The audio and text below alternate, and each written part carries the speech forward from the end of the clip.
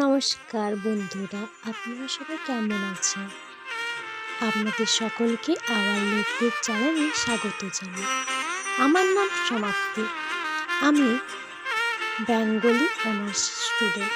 আমি এখন থার্ড ইয়ারে পড়ি। আমি ছবি আঁকার পাশাপাশি একটু লেখালেখিও করি। আমি একটা কবিতা লিখেছিলাম, ভাবলাম সেটাই তোমাদের সাথে শেয়ার করি। চলো কবিতাটি বলা যাক। কবিতাটির নাম শীতকাল। কবিতাটি শুরু করছি। শীতকাল মানে ফেলে আসা সেই ছোটবেলা, শীতকাল মানে স্কুল জীবনের স্মৃতি, ডিসেম্বর মাসের মাঝামাঝি রেজাল্ট বেরানোর দিন, যার অপেক্ষায় কাটে 12 মাস।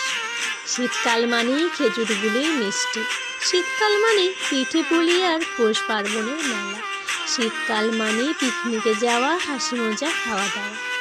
শীতকাল মানে কুয়াশাচ্ছন্ন ভোরবেলা, অপেক্ষা করতে থাকা এক পলক সূর্য কিরণের দেখা পাওয়া।